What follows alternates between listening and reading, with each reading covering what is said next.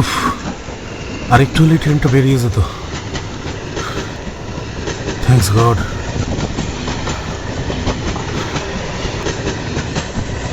আশেপাশে তাকিয়ে অনিমেষ দেখল ট্রেনে যাত্রীর সংখ্যা খুব কম। এ বিষয়ে তেমন কোনো গুরুত্ব না দিয়ে জানালার দিকে তাকাতেই তার নজর আটকে গেল বাইরের দিকে। কারণ বাইরের পরিবেশটা অসাধারণ। চাঁদের আলোয় কুয়াশা ঘেরা শীতের রাতটাকে যেন অপরূপ সৌন্দর্যে পূর্ণতা দিয়েছে। এই গজা লাগবে, গজা, গরম গরম গুড়ের গজা, শীতের রাতে জমে যাবেন দাদা। এই যে দাদা, নেমে গেলে আর পাবেন না। খাস্তা গুড়ের গজা আছে মাত্র 550। 550 দাদা, লাগবে নাকি দাদা? একদম খাস্তা গুড়ের গজা। শেষ ট্রেন নেমে যাব, লাগলে বলুন। খাস্তা গুড়ের গজা মাত্র 550। এই গজা লাগবে, গজা। সময় মতো পরে স্টেশন চলে আসলো। ধীরে ধীরে কামরা ফাঁকা হয়ে এলো। ট্রেনে অনিমেষ একা। কেমন একটু ভয় ভয় করছে তার।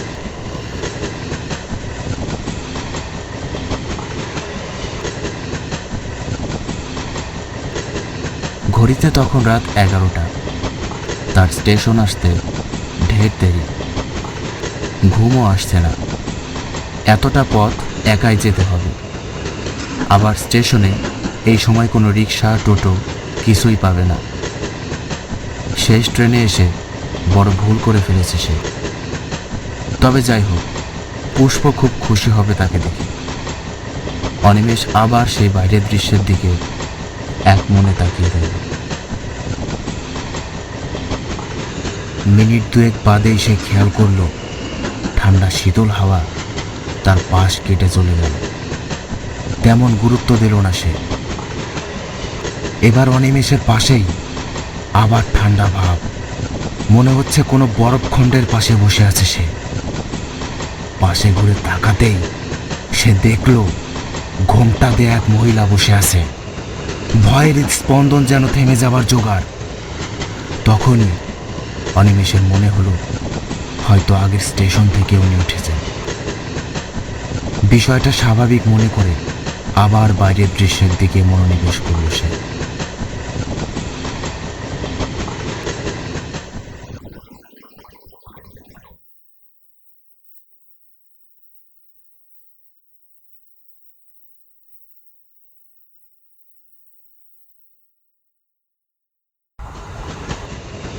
পকেট থেকে বাদাম বের করতে গিয়ে অনিমেষ দেখল সেই মহিলা ওখানে নেই। মনে প্রশ্ন আসলো, কোন স্টেশনও তো আসেনি যে ওই মহিলা নেমে যাবে। আশেপাশে তাকিয়ে তাকে খোঁজার চেষ্টা করলো অনিমেষ, কিন্তু কাউকেই দেখতে পেল না। কৌতূহল দূর করতে ধীরে ধীরে পেছনের দিকে এগিয়ে গেল সে। পেছনে আসতেই অনিমেষ দেখতে পেল দরজার সামনে রক্ত পড়ে আছে। দুশ্চিন্তায় পড়ে গেল সে। ওই মহিলা কি তাহলে আত্মহত্যা করল? তাহলে তো এবার ফেঁসে যাবে সে। কারণ সে ছাড়া এই কামরায় ওই সময় আর কেউ ছিল না। কি ভেবেছিস বেঁচে যাবে? এত সহজ? সামনের দিকে ঘুরে তাকালো সে। হঠাৎ লাইট অফ হয়ে গেল। ভয়ে যেন অনিমেষের গলা শুকিয়ে গেল। কি করবে ভেবে পাচ্ছে না। হঠাৎ করে লাইট জ্বলে উঠল। সেই মহিলা এবার দাঁড়িয়ে আছে কামরার শেষ প্রান্তে।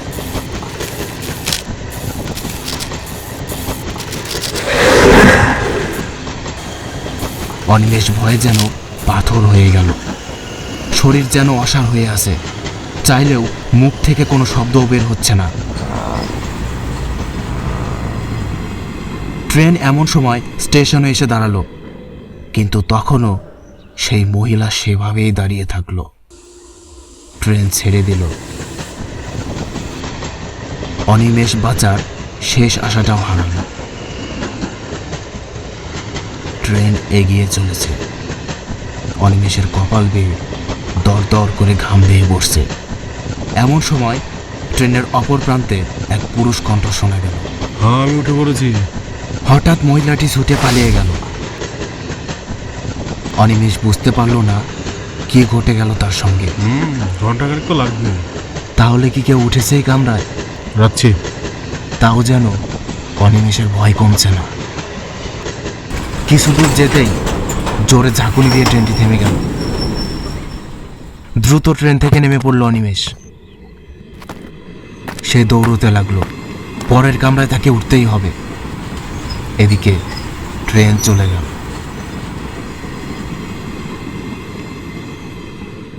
অনিমেষ একা দাঁড়িয়ে রইল। চারদিক অন্ধকার। ঝিঝি পোকার শব্দ ছাড়া কিছুই শোনা যাচ্ছে না। হয়তো আরো বড় বিপদ অপেক্ষা করছে তার জন্য। পাশের লাইনে দ্রুত বেগে একটি ট্রেন ছুটে চলে গেল।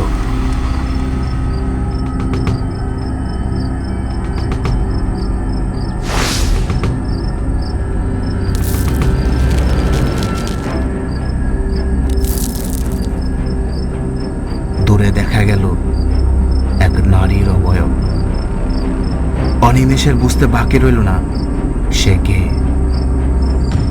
ধীরে ধীরে সেই মহিলাটি সামনে চলে এলো। সে মাথা কাত করল। অনিমেষও তাকে অনুকরণ করল। সে এক পা উঁচু করল। অনিমেষও একই কাজ করল। এবার সেই মহিলা এগিয়ে গেল রেল লাইনে।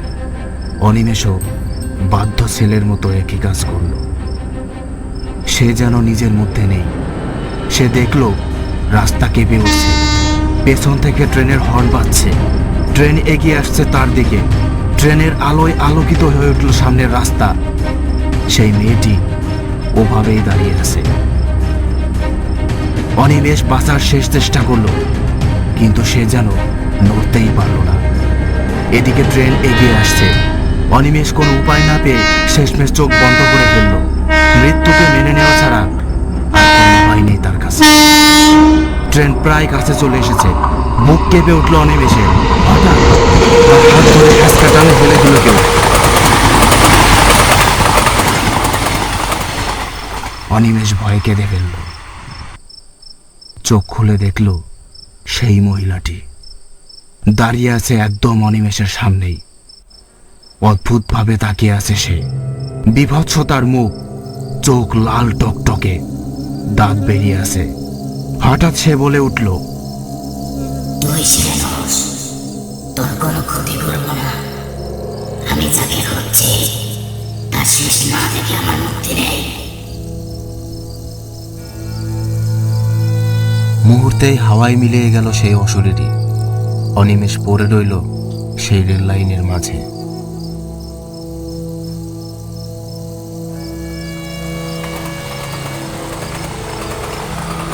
সেই অশরীরী এখনো তার খুনিকে খুঁজে বেড়ায় রাতের শেষ ট্রেনে।